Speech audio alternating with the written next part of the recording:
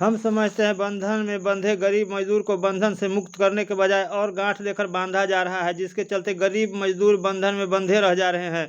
चतुर अपनी चतुराई पेश कर गरीब मजदूर को फंसाती है और फिर फंसा कर उस गरीब मजदूर के साथ मनमाना करती है, जो गरीब मजदूर चुपचाप सहन कर जाते हैं।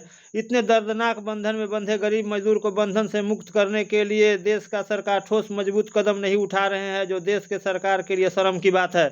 हम समझते हैं देश में जो भी गलत कार्य हो रहे हैं वह गुनाह है और गुनाह से ग्रस्त देशवासी प्रतिदिन झुलस रहे हैं। आज देश के सभी बड़े बड़े विद्वान गुनाह जैसे बीमारी को समाप्त करने में असफल है। आज देश में गुनाह बहुत बड़ा बीमारी सा हो गया है, जिसका इलाज हो जाना जरूरी है।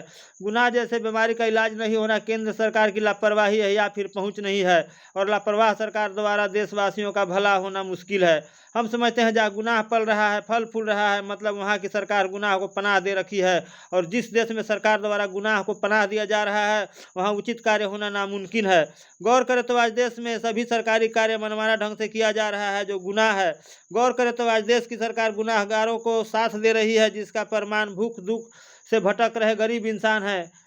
हम समझते हैं देशवासियों को सुख सुविधा गुनहगारों द्वारा लूट लिया जा रहा है, छीन लिया जा रहा है। आज देश का सरकार गुनहगारों के सामने घुटने टेक ले रहे हैं।